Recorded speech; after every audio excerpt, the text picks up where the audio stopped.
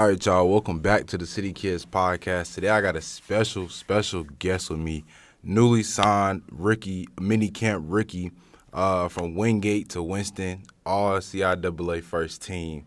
My boy RJ Mobley. Yes, sir.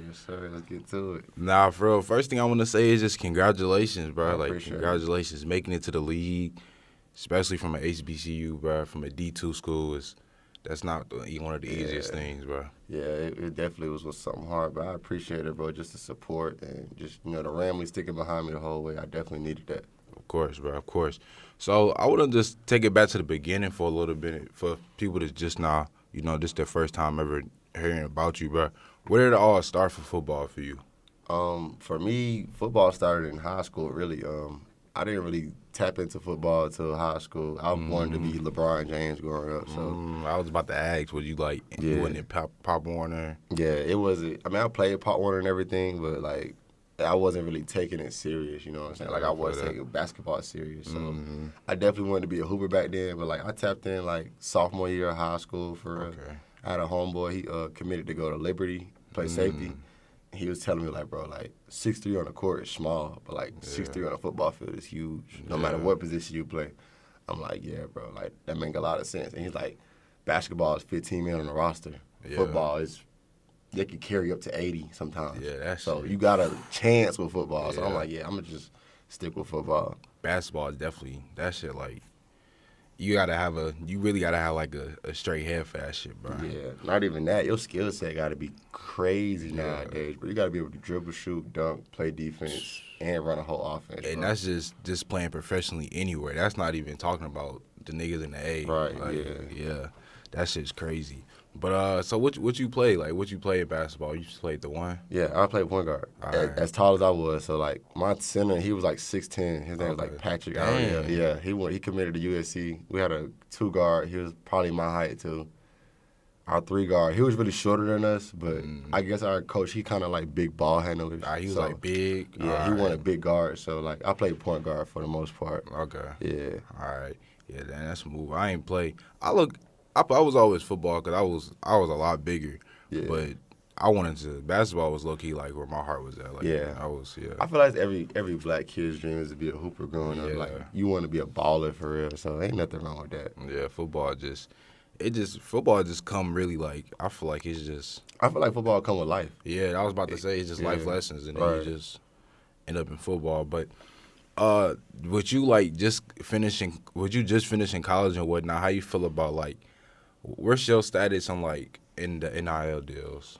Shoot, being honest with you, bro, I don't got no NIL deals, dog. It ain't no real NIL money coming in for me, really just because of the level I'm at. Okay. And if you understand, D2 football is you already get disrespected. But I was D2 HBCU is even worse. Yeah, because I was low-key wondering about that because I know I knew D2 schools weren't gonna get we ain't nobody gonna get nothing crazy, but I was like, all right, I wonder if some people gonna throw, they love to talk about the little HBCU helping out the HBCU. I wonder if they gonna throw some shit. Yeah, that ain't real, bro. Yeah. That ain't real. But only NIL deals I seen going around for football players was the Under Armour thing, where Under Armour went to different HBCUs and they did the photo shoots and stuff for the football team, and we didn't get the opportunity. Damn. Virginia State guys got the opportunity.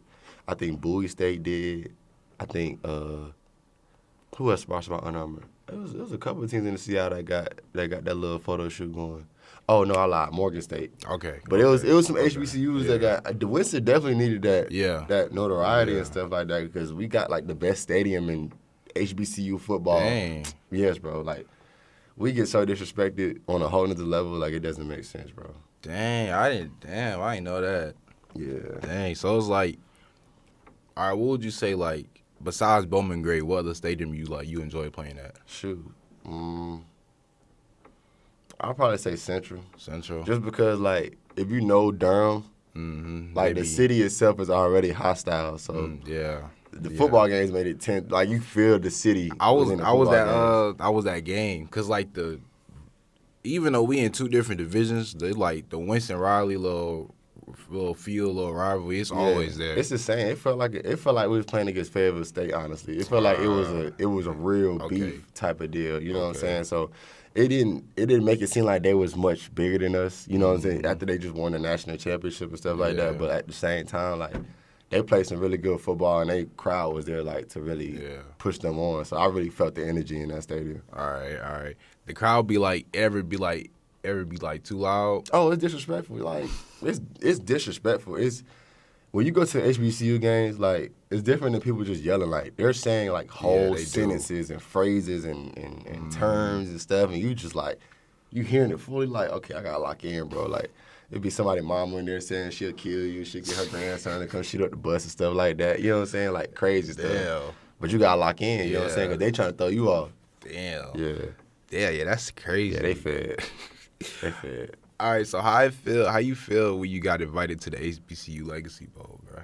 Shoot, I feel like that was just like one milestone closer to my dream, you know what I'm saying? Like, when I sat down before the football season, I was like, okay, what do I want to get accomplished? I said I wanted to be first team All-CI. I said I wanted to be an All-American. That didn't happen, but I said I wanted a Legacy Bowl invite, and that came out of nowhere. So it was just a blessing, honestly, to know that I still got an opportunity to put myself in a better position. Yeah. So how was the Legacy like how was like the whole thing? Like, it's like, honestly, it was probably the greatest football experience I ever had. Knowing I didn't take football serious until high school, like it was probably definitely the greatest experience I had. Just making the connections and meeting different players from different schools and, like, the path that they want to go on besides football and stuff like that. Meeting some of the Hall of Fame guys that play at different schools before me. The career fair, also just connecting with $1 million corporations. So, like, even after football, you know what I'm saying, you don't got to worry about, you know what I'm saying, getting a job and stuff like that, because you already connected with some folks down in New Orleans. So that whole experience is probably definitely one of, like, the best football experiences I've been on. All right, so what's like one of the, I say one. Just give me like one of the like the legends that you met there. Or something that somebody told you that, like, really stuck with you. I want to say, I forgot the dude's name, but he's the Howard quarterback coach. And he was just saying, like, hey, like, you're at a different level now. So you put in all the work to get to this position. It's all about who you know now. That's what that whole really trip was for, was like connecting and getting connections and getting your name out there and getting your name in other people's ears, you know what I'm saying? Even if it ain't like career-wise, it could be football-wise, like just talking to the scouts on the sidelines and stuff like that. Like, he was just like, that kind of stuck with me the most, because after that, I had a lot of dudes hit me back like, hey, like, your name is on our draft board, or we got an opportunity to sign you during minicamp. Before that, I wasn't getting those type of calls. So dang, so how that, like, I ain't know you had to do that. I thought it was just all like on the field, and then it is just all. But, like, talk to me just a little bit about that, like, that whole process. Like, yeah, so when you first touched down for real, I was a part of the HBCU Combine also. So it was two separate events. It was the Combine in the beginning of the week. On the beginning weekend, it was like Friday, Saturday, Sunday. Okay. Then Monday, Tuesday, Wednesday, Thursday, Friday, Saturday. It was like the Legacy Bowl. But the Combine was that first 3 days. Shoot. Get off the plane, god dang it. You head to this hotel downtown New Orleans. You get drug tested as soon as you go off the bus or whatever, and make you piss or whatever. Next thing you know, you got meetings for like the next couple of days. Photo shoots, body fat testing. They give you a bunch of gear. I'm talking about cleats, socks. I had this Combine jacket, said wide receiver with a dash. Dang. Like, it got real, like, Combine stuff on it. So it was like some tough, okay. I think we got like 2 pairs of like Nike shirts. One was long sleeve, one was muscle. Okay. 2 pairs of blacks, 1 pair of Nike shorts, book bag, travel bag. It was a bunch of stuff, yeah. Dang, so Nike, all right, it was a Nike, yeah. Okay, Nike dang, I ain't think. Hey, shout out to Nike. They on the. I ain't think they HBCU, but hey, shout out to Nike. Hey, they're showing love though. They definitely showing love. But yeah, I mean, after that, we had Stretch USA. They came and pulled up on us like the night before, and then like the day of the Combine. It's like that morning. They stretched us out. I'm talking about like they're literally folding us into a pretzel, like making sure it's stretched. And I'm like, dang, it actually helped me feeling good. Like, my legs was feeling refreshed. I felt light, you know what I'm saying? I came out there running 4.42 the next day. Dang. Right, that's what I'm saying. So that was kind of mostly the combine. We did 40, we did broad jump, we did vert, we did routes on the practice field outside. And I didn't really think I crushed the broad jump. Like, I did 10-foot even. That was pretty good. Okay. Vert was like a 31. It wasn't nothing crazy. It wasn't like a 38 or 39. Like, it wasn't nothing crazy. But, like, my 40 was pretty good. My broad jump was good. My on-field, I caught all my routes, literally every freaking pass they threw at me. I caught them. So, I felt like I made the most of my opportunity at the combine. Then came the legacy ball. Shoot, first night was just meetings. Second day was practice. We practiced for about 2 hours, but like our practice had to be effective because like you showing how you move in front of the scouts. Like you got all 32 teams on the field. It was like hard, intense practice. Man, it wasn't intense just because. I mean, I say it was intense really because I could see everybody's mindset. And, you know, everybody gonna show out because the scouts on the sidelines and stuff like that. But like. I wasn't too much worried about team drills, like team-oriented drills, because like these are guys I haven't been with all season, so I'm not really worried about the connection I got with the quarterback and like the connection with the line. Them let me know, okay, you got time on this, take your time on the route, stuff like that. I was just worried about making myself look good during Indy and like routes on air and stuff like that. So when they see me, they're like, okay, that boy can move and he can catch. You know what I'm saying? So all right, so even though it's like it's a team game, you still like this more so just. You trying to make sure every little thing, every little detail. I'm trying to make sure I look like I'm running fast. I got good body level on my brakes. I'm coming out of my brakes clean. I'm catching everything that's thrown at me. And I still feel like I was the best receiver there, honestly. So that's kind of what they said. They was like, yeah, you was one of the best receivers the whole type of event. I was like, yeah. Okay, now that's fire. Yeah. That's fire. So we already talked about the pro day. I was going, but getting your invite to pro day, like, how did that feel? Or like, how did that feel? Like I said, bro, you gotta when you going or you striving for something, you got goals and milestones and check boxes. You know what I'm saying? So it's just another one of the check boxes that I knocked on my list. I wanted to be at a bigger school, honestly, but at the same time, I had to sit down and like think about it. Like, if I go to these bigger schools, like, am I gonna get the amount of reps that I need? Yeah. Or am I just gonna be a guy in the back while all the cameras on Tez Walker, Drake May during their pro day, you know what I'm saying? Because I was supposed to go to Chapel Hill, but it didn't turn out like that because it's Tez Walker and Drake May day. So they're like, yeah, we can't let you come here and steal the sign because I was bigger than Tez. Dang. Faster than Tez. Okay. And they don't want that. Yeah, but like, I ain't no shout out Tez. He's still a dog.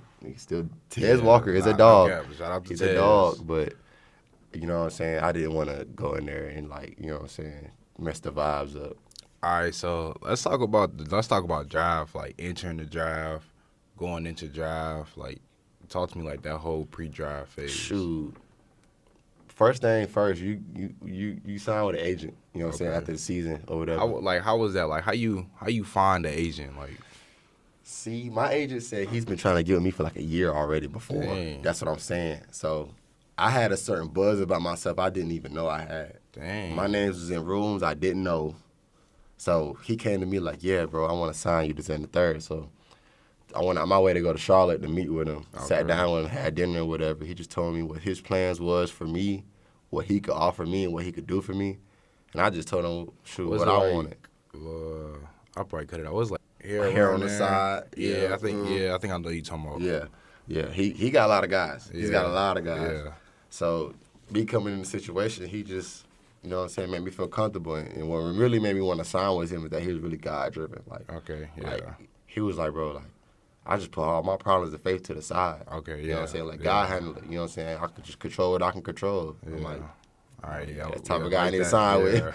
Type of guy I need to sign with. So, yeah, I ended up signing with him, and he got me connected to a trainer in Greensboro. Okay. So I wouldn't have to go way out the way to go train and nothing like that. Where was you training at before? I was training in Charlotte for real. Okay. So I was driving an hour like every day to go train. Like if you're an HBCU guy, you know, like gas money, food money, anything that got to do with your car and traveling is gonna hurt. You know what I'm saying? So like that's like $30 in my tank every other day just to keep my tank maintained to go to Charlotte, back to Winston and stuff like that.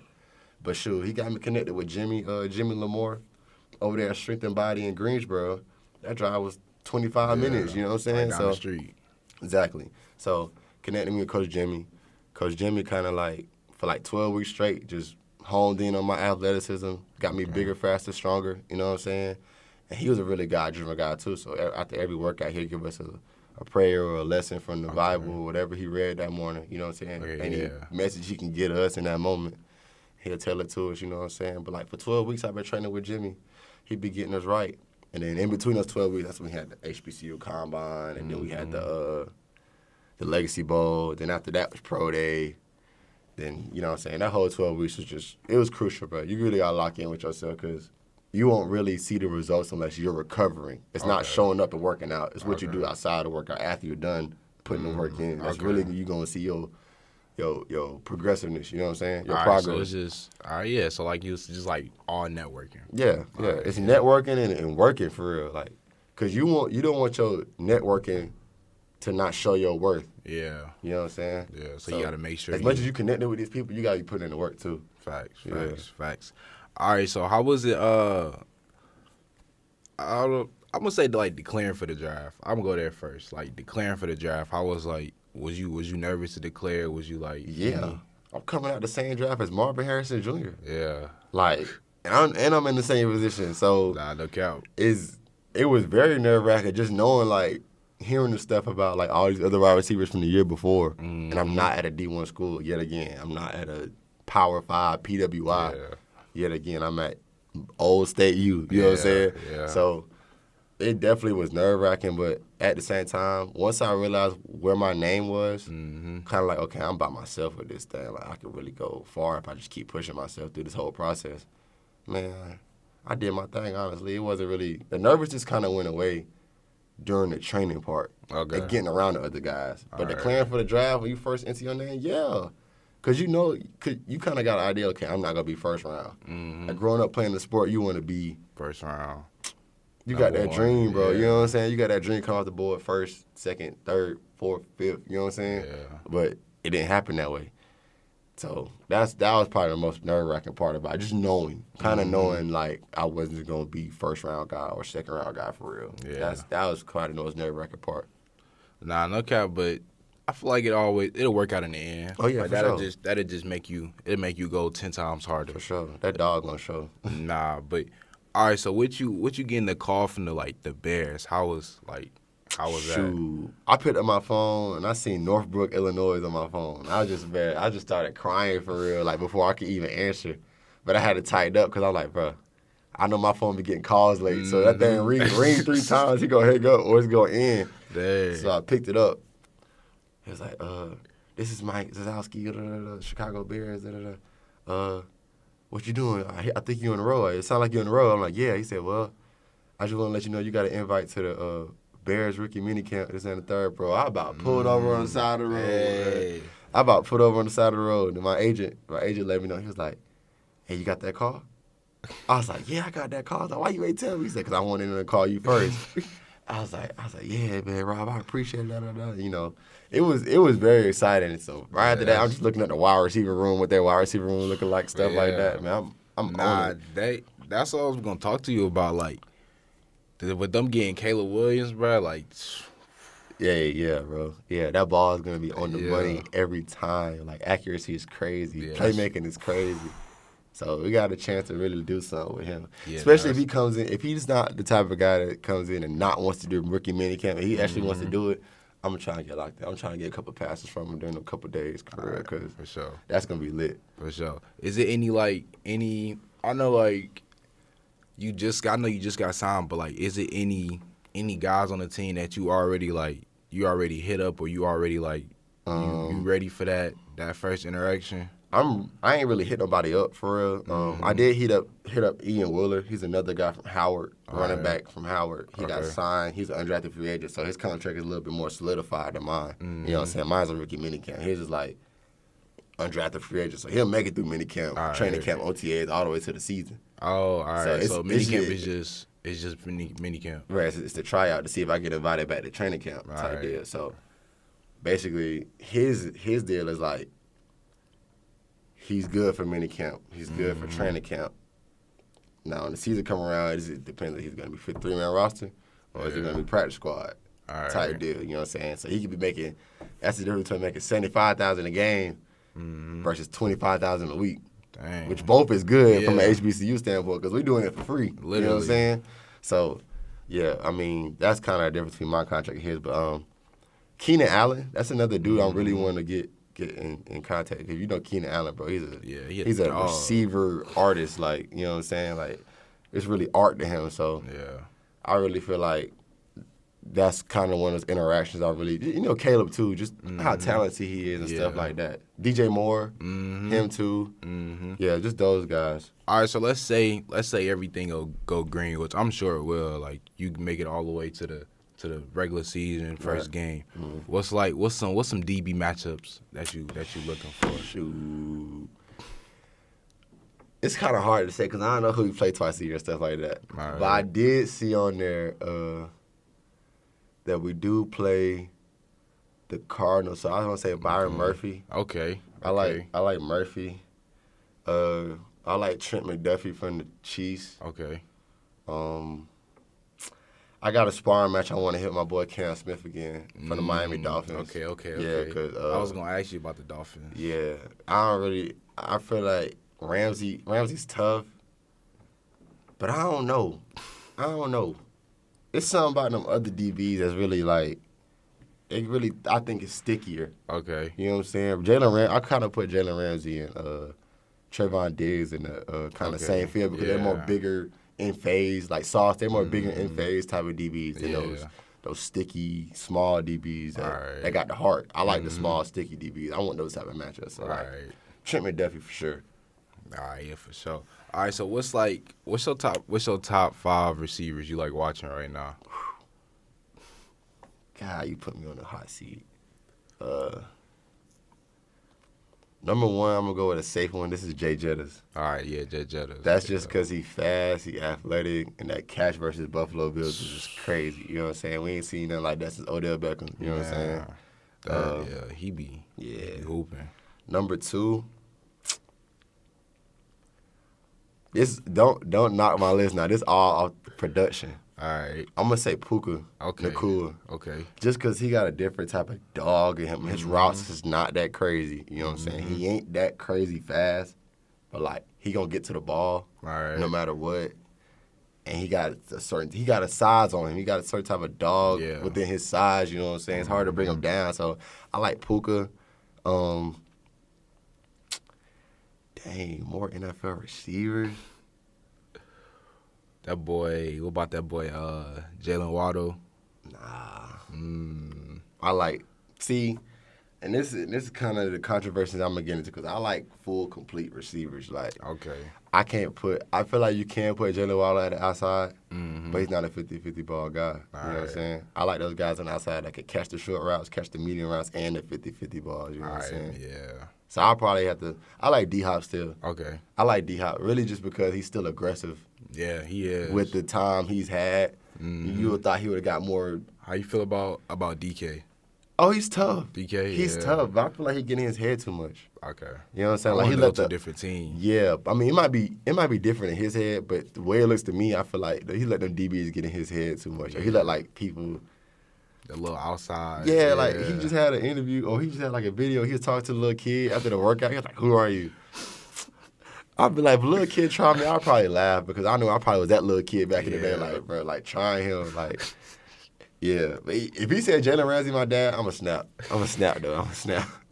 But yeah, DK Metcalf for sure. I would have said Devontae Adams, but I just don't know what type of year he gonna have, bro. I just don't know what type of year he's going to have, bro. Keenan Allen for sure. Okay. Keenan Allen for sure. But, yeah, those probably my top 5, 6 guys on my board.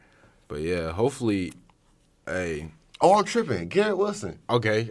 Garrett Wilson. Garrett Wilson for sure. Nah, yeah, Yeah, he's a dog. And JaMarr Chase. Can't leave him out either.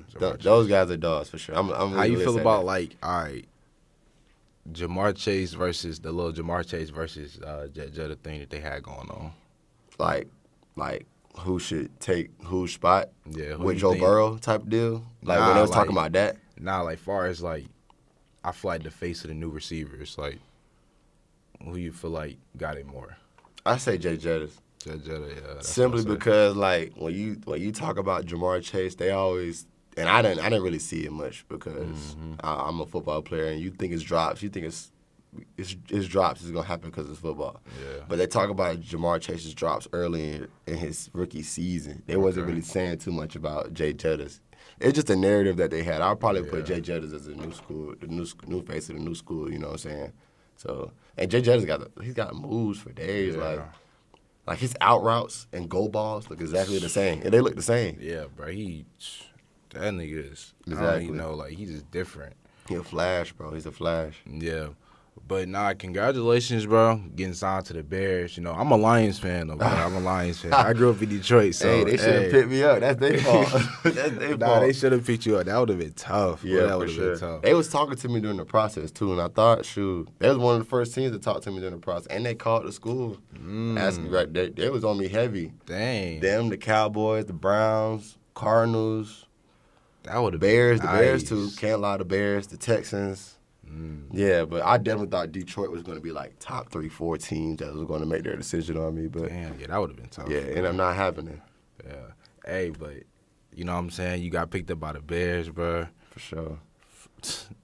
You in the league, so yeah, bro. Like, it still ain't hit me yet, though. Like, I can't even lie. It's probably gonna hit me when I get out that plane. All right. And I set my feet in Chicago. I'm like, oh, bro, I'm really here. Like, I got 2-3 days to make this drug happen. Like, hey, yeah. All right, when you go out there? May 9th. May 9th. Mm-hmm. May 9th. So that's coming up next Thursday. Yeah. So what you just training? Or get my legs right. I'm really just trying to get in the best shape possible because I know it's gonna be a bunch of drills. Literally, just a bunch of individual drills. Just beating my feet up, running around all day.